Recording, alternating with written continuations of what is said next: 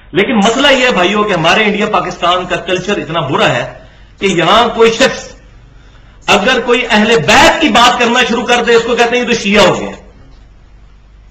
اگر کوئی توحید کی بات کرنا شروع کر دے اس کو کہتے ہیں یہ وہابی ہو گیا. اگر کوئی صحابہ کی بات کرنی شروع کر دے اس کو کہتے ہیں یہ تو دیوبندی ہو گیا. اور اگر کوئی نبی صلی اللہ علیہ وسلم کی محبت کی بات کرے تو کہتے ہیں یہ بریلوی ہو گیا. یہ ایسے ٹوٹکے مولویوں نے اپنی روٹی چلانے کے لیے بنائے ہوئے ہیں کہ لوگوں کو اس طریقے سے ہر بات سے دور کرتے ہیں. کوئی قرآن سے آیت پڑھ رہا ہے ایاک نعبد و ایاک نستعین تو اس کو کہتے ہیں تو وہابیوں والی باتیں کر رہا ہے. اب یہ قرآن وہابیوں نے لکھا ہوا ہے؟ یہ قرآن و سنت کی بات ہو رہی ہے. اسی طریقے سے اگر میں بخاری مسلم سے فضائل اہل بیت پر اور بنو امیہ کی جو ظالم حکومت ہے اس کے اوپر بات کرتا ہوں تو پہلے بخاری مسلم کا رد کریں. میں اپنی طرف سے یہ باتیں کر رہا ہوں.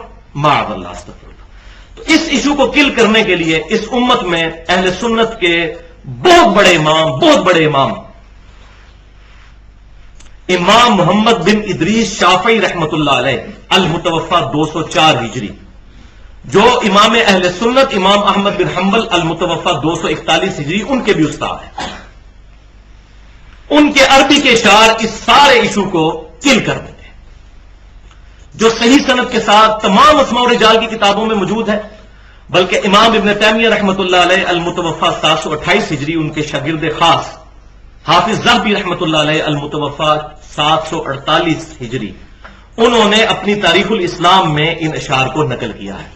ان اشعار کا ترجمہ کچھ یوں ہے عربی کے اشعار کہ اگر اہل بیت کی محبت کا نام رافضی ہونا ہے تو دنیا میرے رافضی ہونے پر گواہ ہو جائے. امام شافعی کہتے ہیں میں رافضی ہوں. اس کو پھر میں نے ایڈ کیا ہے کہ امام شافعی اگر آج زندہ ہوتے تو میں ان کو کہتا کہ شیخ صاحب اس میں یہ بھی میری طرف سے جملے ایڈ کر لیں کہ اگر نبی صلی اللہ علیہ وسلم کی محبت کا نام بریلوی ہونا ہے تو میں بریلوی ہوں. اگر صحابہ کرام علیہم رضوان کی عقیدت کا نام دیوبندی ہونا ہے تو میں دیوبندی ہوں. اور اگر کتاب و سنت کے منہج کو سلف صالحین کے فہم کے مطابق سمجھنا اور اس میں پھر کسی کی پرواہ نہ کرنا، اللہ اور اس کے رسول کو فائنل اتھارٹی ماننے کا نام سلفیت یا اہل حدیث ہونا ہے تو میں اہل حدیث ہوں. الحمدللہ. میری پیدائش بھائیوں ایک کٹر بریلوی خاندان کے اندر ہوئی اور تقریباً اپنی پیدائش سے لے کر 30-31 سال تک میں بریلوی مکتبہ فکر میں رہا. انہی کی کتابیں پڑھی، انہی کے علماء سے مسائل پوچھے اور کسی دوسرے کو سننے کی کوشش نہیں کی. پھر اچانک ٹرننگ پوائنٹ آیا 2007 کے اندر اسی دوران، اور وہ یہ قرآن پاک اس کو پری ڈیٹرمنٹ ریزلٹس کے بغیر پڑھنا شروع کیا. چند مہینوں کے اندر مجھے یہ گیم سمجھ آ گئی کہ ہم جن عقائد اور نظریات کو لے کر چل رہے ہیں وہ کم از کم اس کتاب میں تو موجود نہیں اور کہیں پر موجود ہوں، ضعیف قصے کہانیوں کے اندر اور ضعیف الاسناد روایتوں کے اندر، لیکن اس کتاب کے ساتھ وہ میچ نہیں کرتے. پریشانی لگ گئی. آہستہ آہستہ تحقیق کی. پھر کچھ عرصہ دیوبند کے ساتھ گزرا، پھر اس کے بعد کچھ عرصہ اہل حدیث کے ساتھ گزرا، ان کے علماء سے ملے، اس کے بعد اہل تشیع کے ساتھ، اور اب بھی سب کے ساتھ اٹھنا بیٹھنا ہے. جو پازیٹو بات کہیں سے بھی ملتی ہے اس کو الحمدللہ ایکسپٹ کرتا ہوں، اور جہاں پر غلطی دیکھتا ہوں لوگوں کو پوائنٹ آؤٹ کرنے کی کوشش کرتا ہوں الحمدللہ.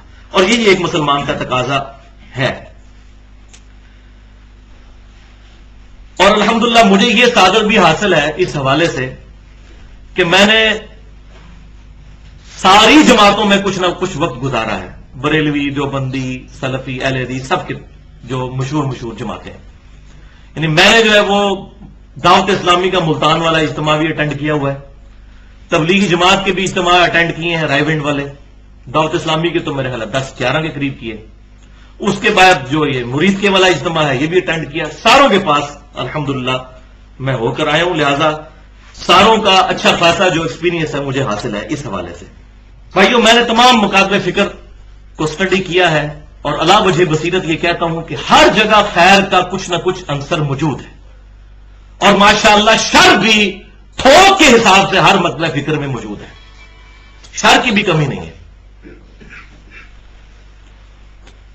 اور اس کے پیچھے سب سے بڑی ریزن اس شر کو پھیلانے کی وہ ہے بھائیو روٹی.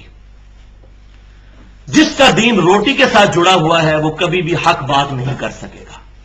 یہ آج جو یہ کہتے ہیں نا جی اتنے بڑے بڑے علماء مسئلہ بتا رہے ہیں، اور مسئلہ تو بھائی بتائیں گے، مسجد کمیٹی سے مار کھانی ہے. ایک بریلوی اور دیوبندی عالم نے اگر وہ بخاری اور مسلم سے نماز کا طریقہ پڑھ کے سنا دے جمعے کے خطبے میں، انہوں نے کہنا یہ تو فارغ ہو گیا. ایک اہل حدیث اگر جمعہ پڑھا دے کہ آندہ سے کوئی شخص ننگے ساتھ نماز نہیں پڑھے گا، نماز تو ہو جاتی ہے لیکن افضل یہی ہے، تو کمیٹی نے کہنا جناب یہ تو بریلویاں نہیں کرنا شروع کرتی ہیں انہوں نے.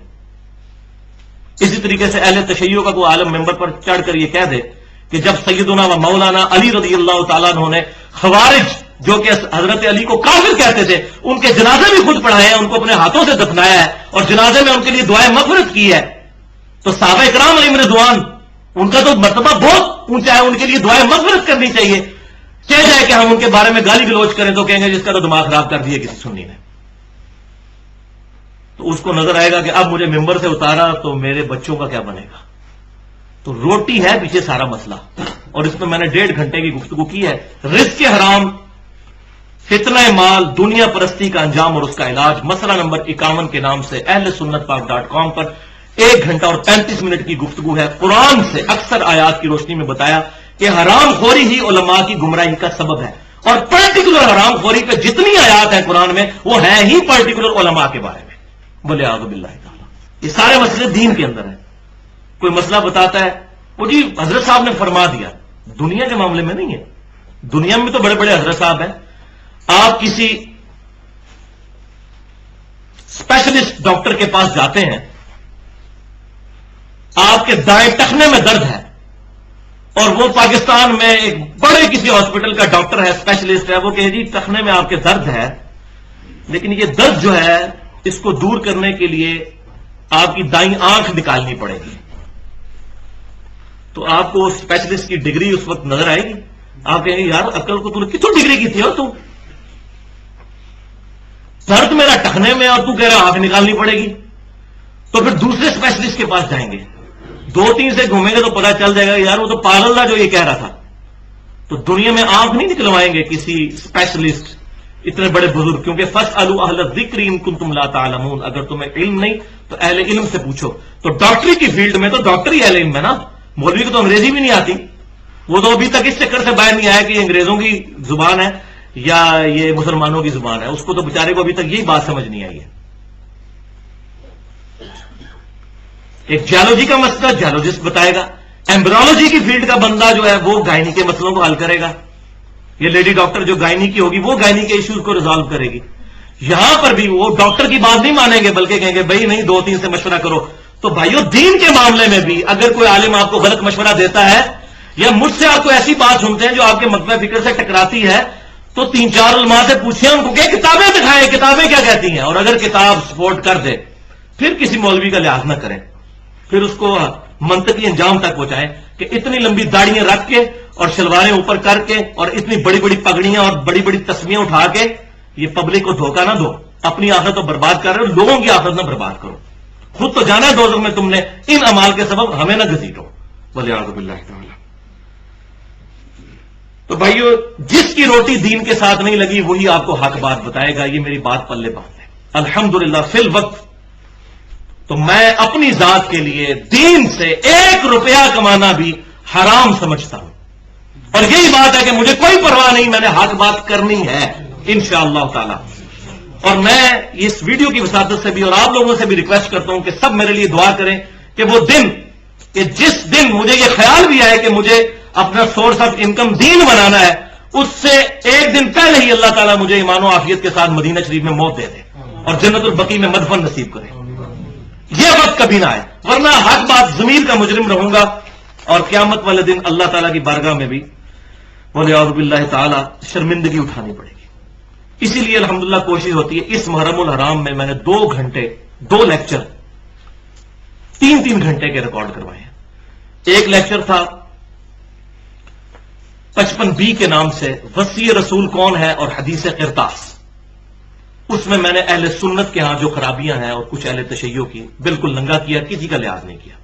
اور دوسرا مسئلہ نمبر 66A جس میں نے اہل تشیع کے ہاں جو خرابیاں پائی جاتی ہیں محرم کے حوالے سے ان کو ایڈریس کیا. جو ان کی جائز بات ہے اس کو مانا، جو غلط بات ہے اس کو ایڈریس کیا. تو ایک دائی کو یہی چاہیے کہ وہ پری ڈٹرمنٹ ریزلٹس کے بغیر حق بات کرے.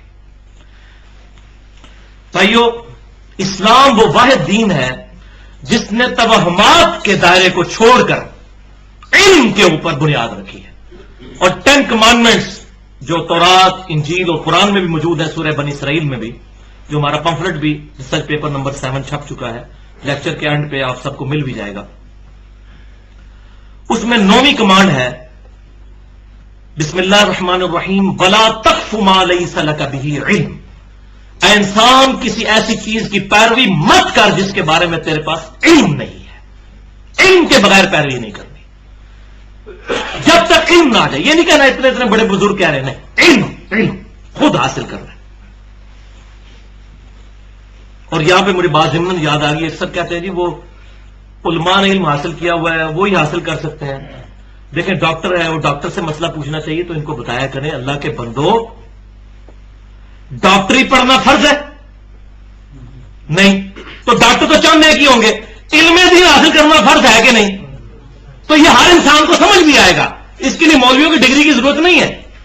ڈاکٹری کے لیے ظاہر ہے کہ ڈگری کی ضرورت ہوگی. باقی اگر عالم کی بات کرتے ہیں آپ تو یہ کہتے ہیں ان کے پاس ڈگری ہے، تو یہ کیا پرفیکٹ عالم ہے؟ پرفیکٹ عالم صرف نبی صلی اللہ علیہ وسلم ہے. میں یہاں بخاری اور مسلم سے درجنوں مثالیں پیش کر سکتا ہوں. اتنے بڑے بڑے صحابہ کو بعض مسائل نہیں پتا ہوتے تھے، حضرت عائشہ سے پوچھتی تھی، یا حضرت عائشہ کو مسئلہ نہیں پتا تو حضرت علی سے پوچھتے تھے. صحابہ بھی مکمل طور پہ پرفیکٹ عالم نہیں تھے. تو ہر مسلمان تو ہوتا ہی عالم ہے. جس مسلمان کو وضو کا طریقہ آتا ہے وہ وضو کا عالم ہے، علم رکھنے والا. ڈگریوں والا عالم ہوگا تو اسے پوچھے کیا ہر چیز کا اسے علم ہے؟ تو قرآن پاک میں 1000 آیات سائنٹیفک فیکٹس کے اوپر ہے، جیولوجی پر، ایسٹرونومی کے اوپر، اسی طریقے سے ایمبریولوجی کی فیلڈ کے اوپر. یہ ساری کی ساری سائنٹیفک فیکٹس کے اوپر جو آیات ہیں. تو اللہ کون سا عالم ہے جو اس کی تشریح کرے گا؟ وہ تو پھر جا کے سائنٹسٹ سے پوچھنا ہوگا. تو پرفیکٹ تو قرآن و حدیث کا کوئی بھی عالم نہیں ہے. تھوڑا تھوڑا ہر عالم ہے. ہاں 24 گھنٹے کی زندگی گزارنے کے لیے جو علم چاہیے وہ ہر مسلمان سیکھ سکتا ہے. وہ ایک ریڑی بان بھی سیکھ سکتا ہے، ایک پڑھا لکھا انسان بھی، ایک ڈاکٹر بھی، ایک انجینئر بھی اور ایک ان پڑھ بھی اتنا علم سیکھ سکتا ہے جس سے اس کی 24 گھنٹے کی زندگی گزرنی ہے. اب یہ راکٹ سائنس ہے، ایاک نعبد و ایاک نستعین. اے اللہ ہم صرف تیری عبادت کریں گے اور غائب میں مدد کے لیے دعا میں صرف تجھی کو پکاریں گے. اس کے بعد کوئی شخص تعویل کی غلطی لگ جائے تو الگ بات، اللہ اس کو معاف کرے اور ہدایت پر لائے. کوئی بندہ یا علی مدد کہہ نہیں سکتا. اس کے بعد یہ کوئی راکٹ سائنس نہیں. سورہ فاتحہ کا ترجمہ تو سب کو آتا ہے. اس کے بعد کوئی بندہ قبروں سے فیض لینے کا قائل نہیں ہوگا، اللہ ہی کو پکارے گا دعا میں. تو بھائیو، قرآن پاک نے توہمات سے بچا کر علم پر بنیاد رکھی. وَلَا تَقْفُ مَا لَيْسَ لَكَ بِهِ عِلْمٌ. اے انسان، کسی چیز کی پیروی اس وقت تک مت کر جب تک تیرے پاس علم نہ ہو. إِنَّ السَّمْعَ وَالْبَصَرَ وَالْفُؤَادَ كُلُّ أُولَٰئِكَ كَانَ عَنْهُ مَسْئُولًا. بے شک کان، آنکھیں اور عقل. فواد کی اپروپریٹ ٹرانسلیشن ہے عقل. فعید عربی میں کہتے ہیں فائدے والی چیز کو. اس کا ترجمہ دل نہیں بنتا، دل کے لیے قلب کا لفظ استعمال ہوتا ہے. کان، آنکھیں اور عقل، اس کے بارے میں پوچھا جائے گا. ان 3 اعضاء کو استعمال کر کے تو نے حق بات حاصل کیوں نہیں کی؟ یہ اللہ تعالیٰ نے ہر بندے کو دی ہوئی ہے. اگر کوئی پاگل ہو جائے تو اس سے پھر حساب کتاب بھی نہیں. وہ واضح حدیث ہے صحیح بخاری میں. لیکن جس کی کان، آنکھیں اور عقل کام کرتی ہے اس کو پھر یہ ساری چیزیں خود حاصل کرنی ہوں گی. اسلام صرف 2 علوم کو مانتا ہے، تیسرے کسی علم کو نہیں. نمبر 1 ریویلڈ نالج، وحی کا علم، کتاب و سنت کا علم جو اللہ انبیاء کرام کے ذریعے دیتا ہے امتوں کو. اس کو کہتے ہیں ریویلڈ نالج، اللہ کی طرف سے.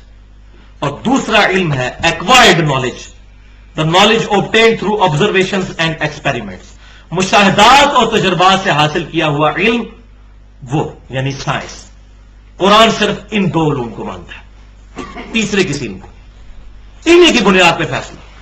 آگ جلاتی ہے، پٹرول آگ کو بھڑکا دیتا ہے. اب قرآن حدیث میں کہیں نہیں لکھا کہ پٹرول آگ کو بھڑکا دیتی، لیکن یہ ہم نے ڈیفینیٹ نالج حاصل کیا، سائنٹیفک فیکٹ کے ذریعے یہ چیز ثابت ہوگی. یہ قرآن و سنت کی طرح ہی حجت ہے. قرآن نہیں کہا ہے وَلَا تَقْفُ مَا لَيْسَ لَكَ بِهِ عِلْمٌ. کالی بلی راستہ کاٹ دے تو نحوست کی نشانی ہے. قرآن و حدیث میں کوئی نہیں. ہاں سائنس تصدیق کر دے تو ہم مانیں گے، سائنس بھی نہیں مانتی، یہ فضول ہے، زیرو سے زیرو. زلزلہ کیوں آتا ہے؟ وہ ایک گائے ہے، اس نے ایک سینگ پہ زمین اٹھائی ہوئی ہے، جب وہ تھک جاتی ہے دوسرے پہ اٹھاتی ہے. ہاں قرآن حدیث میں ایسی کوئی بات نہیں. سائنس بھی اس کی مخالفت کرتی ہے، وہ کہتی ہے ٹیکٹونک پلیٹس کے ڈسٹربنس کی وجہ سے زلزلہ آتا ہے، لہذا یہ بھی زیرو سے. تو اسلام وہ دین ہے جس نے توہمات سے بچا کر ڈیفینیٹ علم پر بنیاد رکھی ہے. اس میں نے 35 منٹ کی گفتگو کی ہے، یونیک ترین گفتگو. علم وحی اور علم سائنس کی اہمیت اور ان کا دائرہ کار 35 منٹ کی گفتگو ہے. وہ اپنی نوعیت کی منفرد گفتگو ہے، مسئلہ نمبر 39 کے نام سے اہل سنت پاک.com پر. لیکن آج ہم ریویلڈ نالج کے اوپر تھوڑی اس حوالے سے گفتگو کہ آخرت کی کامیابی، ہدایت حاصل کر کے آخرت میں کامیاب ہونا، اس کے لیے ریویلڈ نالج کی ضرورت ہے، اور وہ ڈیفینیٹ علم قرآن و سنت کا علم ہے. یہی وہ علم ہے جو اللہ تعالیٰ نے جب آدم علیہ السلام کو دنیا میں اتارا تو سورۃ البقرہ کی آیت نمبر 38 اور 39 پڑھ کر دیکھ لیجیے. بسم اللہ الرحمن الرحیم. قُلْ اهْبِطُوا مِنْهَا جَمِيعًا. اللہ تعالیٰ نے آدم علیہ السلام اور ان کے ذریعے پوری انسانیت کو خطاب کیا، تم سب کے سب اب زمین پر اتر جاؤ. فَإِمَّا يَأْتِيَنَّكُم مِّنِّي هُدًى. اب جب کبھی بھی کوئی ہدایت کی کتاب میری طرف سے تمہارے پاس آئے گی، فَمَن تَبِعَ هُدَايَا فَلَا خَوْفٌ عَلَيْهِمْ وَلَا هُمْ يَحْزَنُونَ. تو جو کوئی اس کتاب کی پیروی کرے گا نا، اس کو نہ کوئی خوف ہوگا نہ کوئی غم. وَالَّذِينَ كَفَرُوا وَكَذَّبُوا بِآيَاتِنَا. اور جو کتابوں سے کفر کرے گا، کفر کا مطلب خالی یہ نہیں ہے کہ میں کتاب کو مانتا نہیں ہوں، اس سے بڑا کفر ہے کہ کتاب کو مانتا ہوں لیکن مرضی اپنی کرنی ہے. یہ کتنا ظلم ہے. اگر کوئی کہ اس کو تو منافق کہا جائے گا جو کہ میں کتاب کو مانتا ہوں لیکن اس پہ عمل نہیں کرنا. تو یہود و نصارہ بھی اور مسلمان میں بھی وہ بندہ کفر کے درجے میں چلا جائے گا جو پریکٹیکلی اس کو ماننے سے انکار کر دے گا. والذین کفروا وکذبوا بآیاتنا اولئک اصحاب النار هم فیہا خالدون. اور جو لوگ کفر کریں گے ان کتابوں کے ساتھ، ان کو جھٹلا دیں گے، وہی ہوں گے دوستی اور رہیں گے اس میں ہمیشہ. اچھا، اس کے کانٹیکسٹ میں ایک اور آیت ہے جو اس موضوع کو اور کھولتی ہے، اور یہ الحمدللہ مجھے اتنی خوشی ہوئی، اس سے مسئلہ تقدیر بھی حل ہو گیا. یہ قرآن کی آیت ایسی ہے، بالکل یہی کانٹیکسٹ چل رہا ہے. سورہ طٰہٰ آیت نمبر 123 کہ آدم علیہ السلام کو حکم ہوا کہ آپ زمین پر اتر جاؤ. وہاں پر الفاظ کیا ہے؟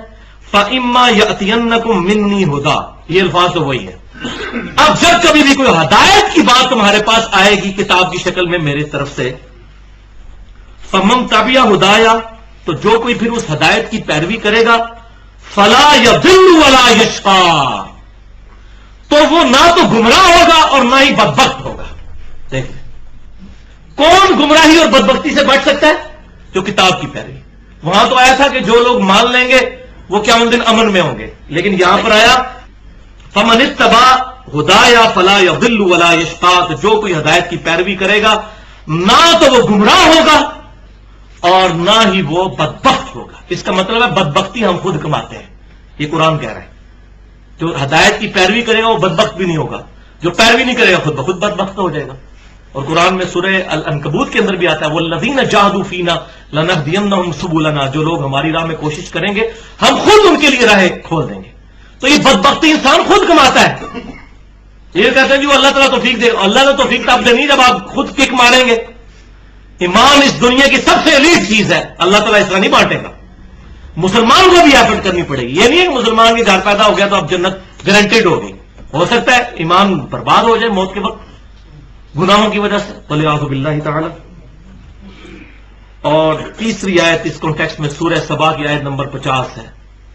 یہ آیت ہمیشہ مجھے الحمدللہ تسلی دیتی ہے، اور یہ آیت آپ لوگ گھر جا کے دوبارہ پڑھیے گا. آیت نمبر 50 سورہ سبا. قُلْ إِن ضَلَلْتُ فَإِنَّمَا أَضِلُّ عَلَىٰ نَفْسِي. اے محبوب صلی اللہ علیہ وسلم، یہ کافر آپ کی بات نہیں مانتے نا، آپ ان کو ایک دو ٹوک بات کر دیجئے کہ اگر بالفرض بقول تمہارے میں گمراہ ہوں نا تو میری گمراہی کا وبال مجھ پر ہی ہوگا. وہ کافر کہتے تھے کہ آپ ہمارے دین کی پیروی کریں. تو نبی صلی اللہ علیہ وسلم کو کہا گیا ان کو کہیں کہ اگر تم سمجھتے ہو کہ میں گمراہ ہو گیا ہوں تو اس کا وبال میرے پہ ہی ہوگا. وَإِنِ اهْتَدَيْتُ.